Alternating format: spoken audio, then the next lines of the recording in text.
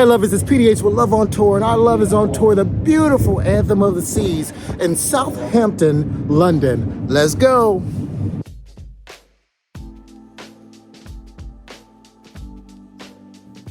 Well, hey lovers, welcome to another episode of Love on Tour.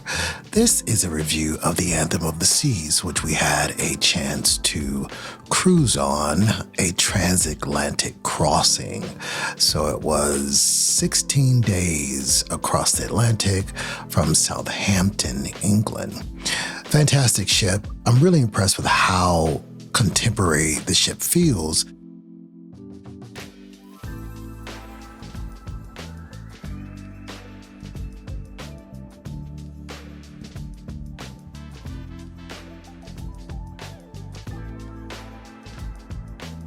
And Royal Caribbean has just done a fantastic job in terms of just the things that they have available to you on the ship. And I also love the design of the ship as well, just how things are located and situated. Just fantastic. You can't beat the skydiving simulator here. That was so much fun. I've done that before. Lots and lots of fun. And they have some free sessions as well. I still have not done the surfing simulation, but I will at some point. Good morning. It is the morning of embarkation, and I'm at the hotel. I just got dressed. It's about 10 a.m. in the morning, waiting for my taxi. Only about a block away here at Southampton, Moxie, but I have a 12 o'clock embarkation time, I believe. So excited about that. Got my Love on Tour gear, ready to go, and we'll see what this next part of the journey holds. Looking forward to it. The Anthem of the Seas is a Quantum class ship that was built in 2015. Its sister ship, the Ovation of the Seas, which was built a couple years after, I cruised that to Australia here recently, and New Zealand. Had a great time there. Now, Royal Caribbean has gotten its embarkation process down to a science. I love it.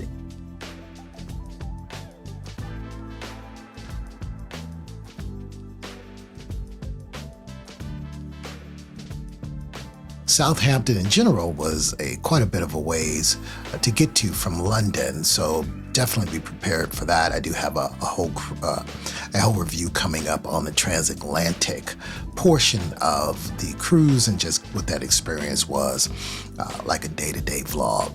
The Seaplex is where you can go to play basketball.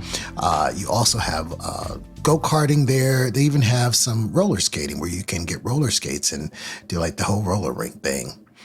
The music hall is one of my favorite spots, and I go there often. They have pool tables. You have to get there early because the pool tables are typically occupied, but they do have great live music here at the music hall as well. Nightly shows. They also have sometimes the DJ is in there late at night, and they do that there as well. It's a really cool, swanky spot.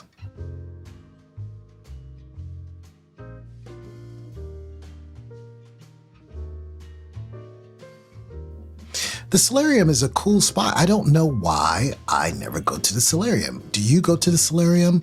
Do you enjoy that part of the ship? I'm never there. And it has swimming pools, and it has jacuzzis, and it has a great view of the front of the ship. And it's adult only. I don't know why I don't go, but it seems like a cool spot to go and relax. The gym was okay. It was sufficient for getting a workout in, but the equipment is archaic. It is very old and and some of it is in disrepair. So they definitely need to do some work there. The casino was always busy. I think we had 6 straight sea nights, so that was cool. There was always at least one roulette table open. The craps table was not open every night, so you do have to ask sometimes.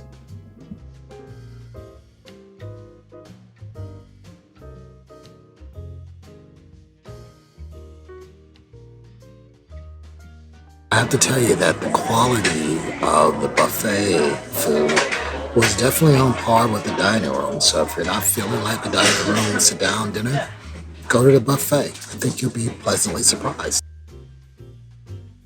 Another thing to consider is that after 15 days, you may be tired. of the buffet main dining room. So you may want to consider getting a dining package.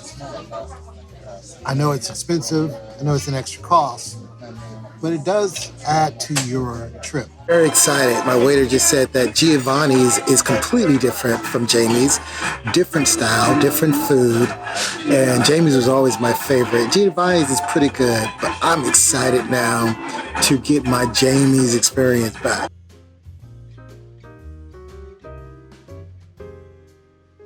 This is Jamie's.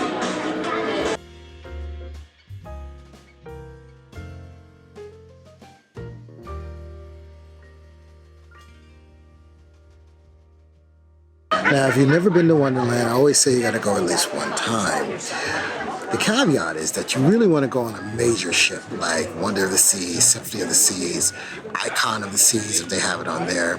It's really small here on the Anthem of the Seas. Is also small on Odyssey of the Seas. But the food is the same, so definitely you get that culinary experience. But if you want the whole Mad Hatter, Alice in Wonderland, going down the rabbit's hole experience, I suggest doing it on one of their major ships, the larger ships.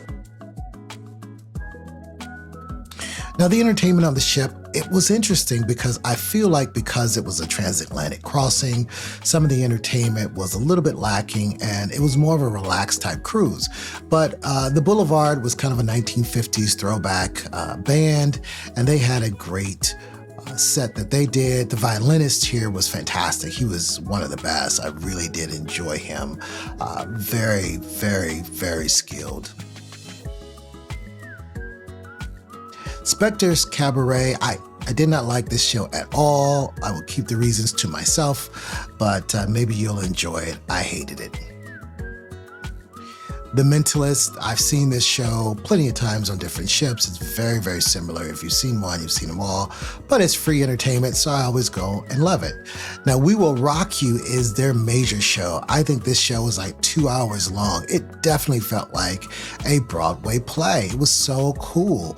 The material itself was fine. It had some great music. The acting was pretty good. I just was really surprised. But 2 hour Broadway style show, I love that when you get that on a cruise. Boleros was great. I go there to get my Latin feel, my salsa on. Really enjoy that spot as well. It does get crowded, so you should be prepared for that.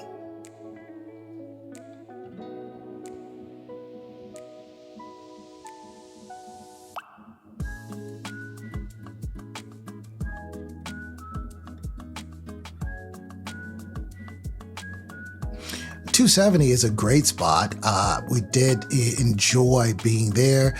You have the Hush Party, the Red Out Party, and it also had like the screens that would come down, and we had a full classical orchestra concert.